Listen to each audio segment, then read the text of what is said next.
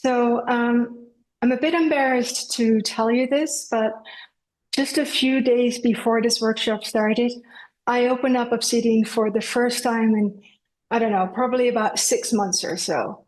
Because the thing was that note making somehow hadn't been fun for me in quite a while. And so I simply stopped doing it. And so my main goal for this workshop was, not surprisingly, to find ways to have fun again with my notes without worrying about productivity or what I should be doing or what I thought I should be doing. And so what seemed fun to me was to start logging the birds that I saw every day from my window.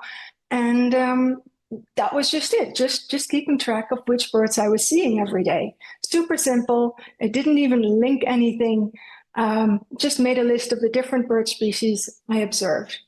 And a few days into the workshop, I asked a question in the Great Hall about how other birders kept their logs, and just the act of asking that question really unlocked something for me. And so I kept doing my simple lists, but now I started using placeholders. And I started just jotting down some other observations about whether I refilled feeders or what else I saw. And it was a lot of fun, and I knew why I was doing this, but I also wanted to make sure that I would remember why I was doing this. And so that led to the creation of my Backyard Birds MOC. And the reasons why I do this is because I feel happier and to connect with the land around us and to get to know more about it.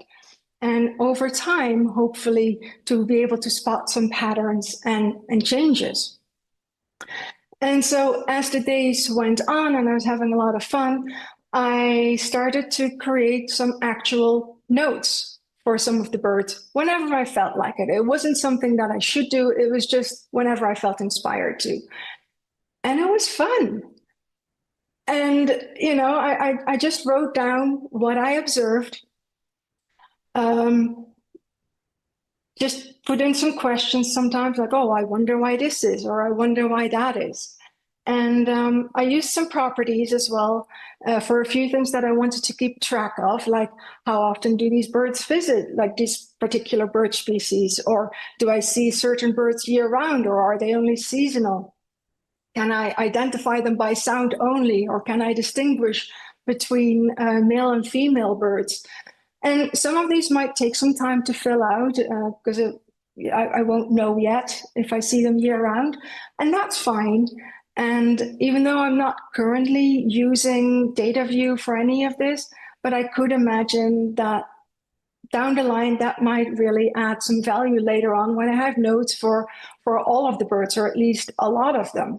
So for now, I will just keep them there, but that might change at some point.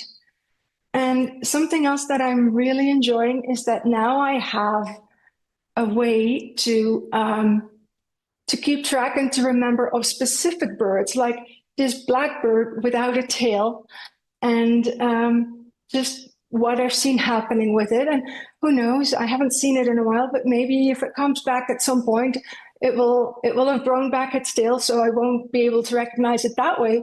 But just because I have this note and this picture, I might still recognize it because of its broken leg. So it's just a way to be able to also keep track of these, to me, special stories. I created an overview for myself of all the different birds that I've seen in our garden since we moved here about 4 years ago. And I also added a space for seasonal notes, just observations, and also some stats. Some stats. And like Nicole said in her session, observability is really a thing. Like just by observing, just by keeping these logs of what I saw, I realized that I saw a lot more birds than I was aware of. I mean, some days I see as many as 14 different birds in just here from my window in our garden. I mean, that's insane. I never thought that that would be the case. And logging my bird observations was just so much fun for me, and it's so exciting that I want to expand on that in the next spring, and maybe start doing backyard butterflies and backyard insects and backyard wildflowers. And I may not start any of them, or I may not start them all at the same time. And that's okay. They're just like sparks for when I feel inspired, and they are sparks to make me feel inspired again. And just thinking about all of this, and playing with all of this gave me so much joy that I finally felt like creating a note that had been on my to-do list for the longest of times.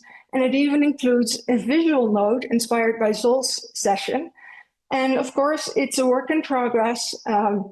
It's probably going to change quite a lot over time, and that's fine.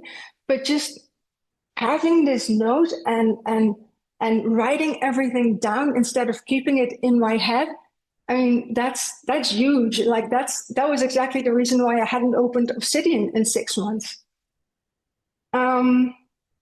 So there's a lot here, and I'm sure there will be new notes that will get created. And so this is how the simple act of logging the birds that I see from my window, from my desk, from my garden, how it helped me rediscover the joy of note making. And that's not the only thing. Like, there are some other benefits that I hadn't realized I might get. For one, I also rediscovered the joy of photography and taking out my DSLR camera and learning to use it again, because it had been a long time since I used it. And so now I get to use it and add these pictures of actual birds in my backyard to my notes rather than using stock photos. And another thing is that sharing my enthusiasm with one of our neighbors helped me really connect on a deeper level with her. And she grew up in these mountains, and she's promised to teach me what she's learned from her grandma about the medicinal uses of local plants and trees, and what she's known about animals that live here and all those kind of things. And that really helps me with one of the main reasons why I started this project, which was to connect with and get to know the land and nature around us. And after Joel's session about collaborative note making, I'm really thinking about potential ways to do this with more people here locally in Andorra. Andorra is the country where I live, and it's a microstate. It's super tiny. It only has about 80,000 people. So there is no university that does this kind of research. There's no local government department that keeps track of this. And so I could really see how doing this, especially if we get to do this with more people all over the country, this could be incredibly valuable knowledge about the biodiversity in Andorra over the years to come. And so I'm really happy to say that I rediscovered the joy in note making, and I'm just incredibly grateful for that. And yeah, that's it. Thank you.